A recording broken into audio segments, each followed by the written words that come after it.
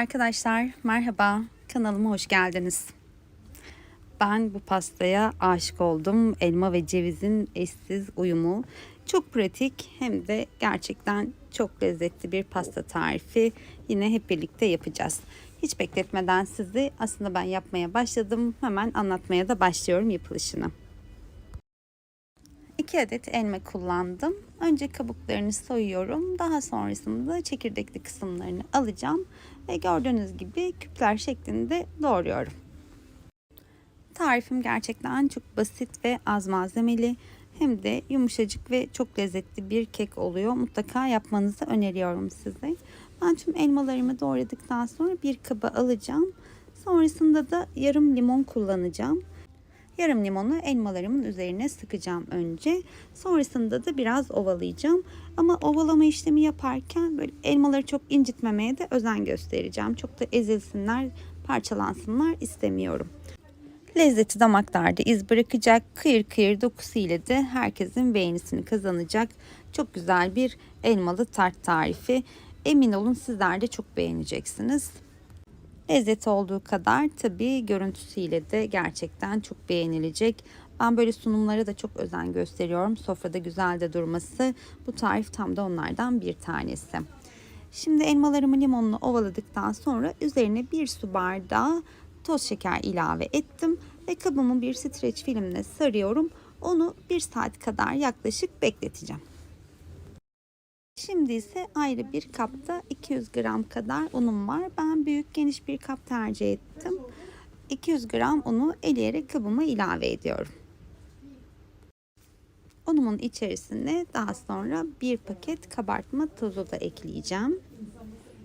Ben kek ve pasta yaparken unu yeniden bir kez daha eliyorum. Çünkü bana göre o zaman kek hamurum daha fazla kabarıyor. Sonrasında da içerisine ceviz ilave ettim. 150 gram kadar. Ve malzemelerimi karıştırıyorum. Sırada ise yumurtalarım var. 3 adet yumurta kullanacağım. Sarısını ve beyazını ayıracağım ama ayrı kaplarda kırıyorum. Sarısını ayrı bir kaba, beyazını da ayrı bir kapta topluyorum. Bir çırpıcı yardımıyla daha sonra yumurta sarılarını çırpacağım. Özellikle bu elmalı tariflerde, hatta tarçın falan da varsa içerisinde, gerçekten daha fırındayken mutfağımı mis gibi bir koku kaplıyor ve ben kek kokusunun eve ekstra bir huzur getirdiğini düşünüyorum.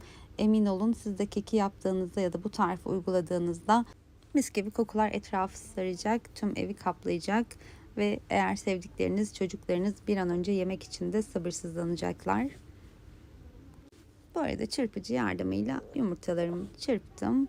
Şimdi onları az önce şekerde bekleyen elmalarımın üzerine ilave ediyorum. Bir kaşık yardımıyla elmalarım ve yumurtalarımın karışmasını sağlayacağım. Az önce de söylediğim gibi ben elmalarımı çok zedelemeden bunu yapmak istiyorum. Hafif hafif böyle tüm yumurta sarısı ve elmalar birbirine karışsın istiyorum. Bu yüzden geniş kaplar kullanırsanız daha rahat edersiniz. Gördüğünüz gibi sonrasında da un karışımımın içerisine yumurta ve elmaları da ekliyorum. Yine bir kaşık yardımıyla, spatula yardımıyla karıştırıyorum. Ne kadar fazla karıştırırsanız emin olun o kadar lezzetli oluyor. Tüm tariflerimde bu kural bence geçerli. Malzemeler ne kadar birbirinin içerisine geçerse o kadar da lezzetli oluyor. Biliyorsunuz az önce yumurta aklarımı ayırmıştım. 3 adet yumurta akımı.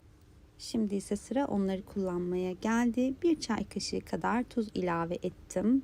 Önce kaşık yardımıyla karıştırdım. Sonrasında da çırpıcımın içerisine koyuyorum ve köpük köpük olana dek yine yumurta aklarımı karıştırıyorum. Bu işlemlerin hepsini farkındaysanız ayrı ayrı yapıyorum ama işte asıl keke lezzet veren, turtaya lezzet veren de bu işlemlerin ayrı ayrı yapılması. Hani her tarifin bir püf noktası vardır. Bu tarifin de püf noktası bu. Sonrasında da yumurta aklarımı da yine elmaların ve unun içine karıştırıyorum. Şu anda tüm malzemeler birbiriyle karışmış oldu. Gördüğünüz gibi çok az malzeme, sadece birkaç malzeme ile harika lezzetli bir tarif olacak. Son olarak da tabi bu tarz keklerde elma varsa, tarçın olmazsa olmaz. Bir çay kaşığı kadar da tarçın ilave ediyorum ve yine karıştırıyorum. Kalıbımı yağladım ben. Fırça yardımıyla da eşit miktarda her yere dağıtıyorum. Sonrasında da malzememi içerisine dökeceğim artık. Malzemem biraz sert olduğu için bir spatula ya da kaşık yardımıyla düzlemenizi isteyeceğim sonrasında da. Şimdiden harika görünüyor gerçekten. 45 dakika kadar pişmesi yeterli olacaktır. Çok yüksek ısı kullanmayacağım. 160 derecede pişireceğim. Çünkü ağır ağır pişmesini istiyorum. Biliyorsunuz elmanın pişme süresi biraz uzundur. O yüzden elmalar güzelce yumuşacık olsun diye 160 derecede 45 dakika boyunca pişireceğim. İşte kekimin son pişmiş hali. Gerçekten çok lezzetli görünüyor. Tadı da emin olun görüntüsünden çok daha güzel. İkram ettiğiniz herkes sizden tarifini alacak, isteyecek ve tekrar yapmanızı isteyecekler. Üstüne son dokunuş ben pudra şekeri de ilave ediyorum. Sunumda daha hoş görünsün istiyorum çünkü.